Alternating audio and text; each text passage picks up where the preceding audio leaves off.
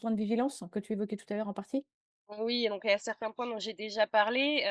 Donc déjà le 1er point, c'est, les DPE, les diagnostics de performance énergétique. Donc vous connaissez tous.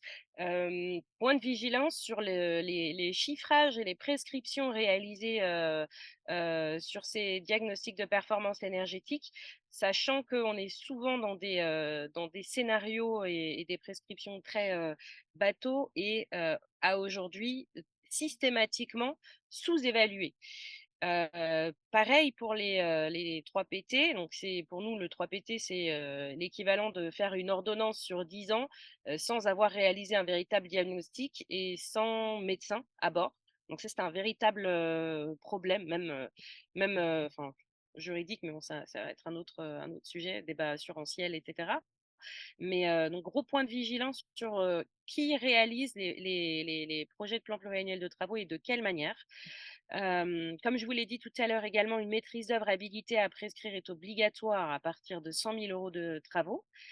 Les diagnostics amiante avant travaux également sur tous les bâtiments construits avant 97, donc c'est une obligation et c'est pénal, donc gros point de vigilance également.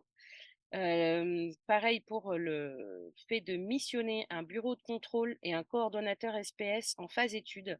Souvent, il nous est redemandé de ne le faire qu'en phase travaux.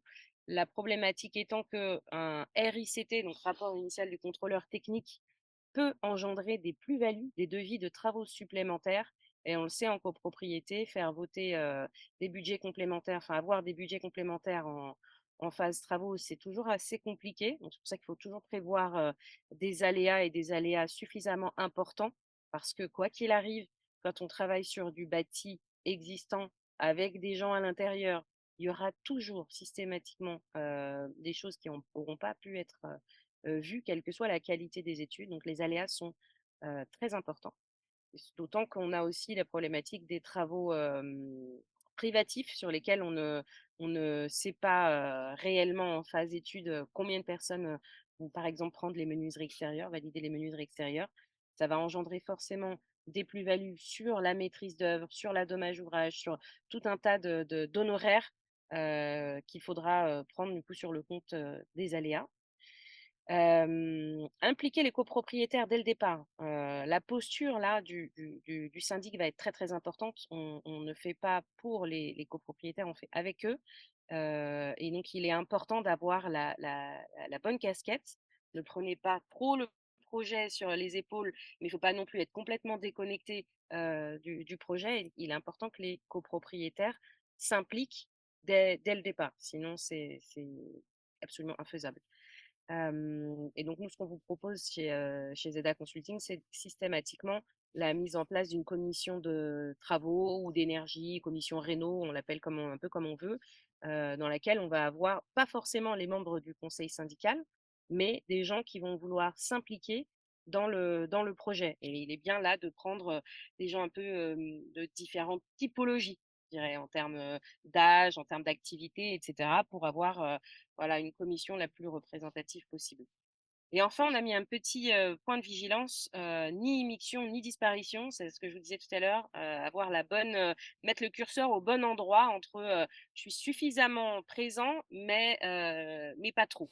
Voilà, donc mettre la bonne casquette et la bonne implication dans le projet.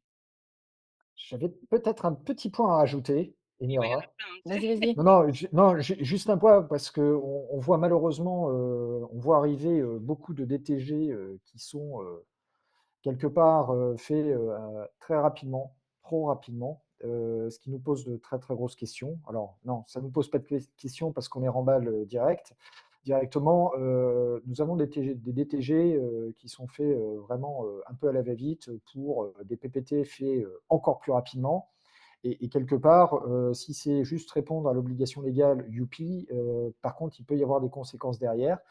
Il ne faut pas mégoter ces études-là parce que, clairement, Emira tu as dû voir ça, à l'heure actuelle, on a des bureaux d'études qui ne veulent plus intervenir sur des simples audits, qui font appel systématiquement à des architectes, à des bureaux d'études structures, parce que même si la copropriété, elle est belle, elle a été gérée quelque part en bon père de famille, elle est superbe, Malheureusement, un bâtiment, c'est comme les gens, ça vieillit et parfois, bah, voilà, on a un petit souci. Donc il n'est pas rare de, malheureusement de voir quelques cas où, les travaux énergétiques sont importants, mais les travaux de structure sont encore plus importants. Je vous parle de ça parce qu'il y a eu encore, quelques soucis sur Toulouse, on a déjà eu des Mmh. petits trucs, voilà, sur l'île.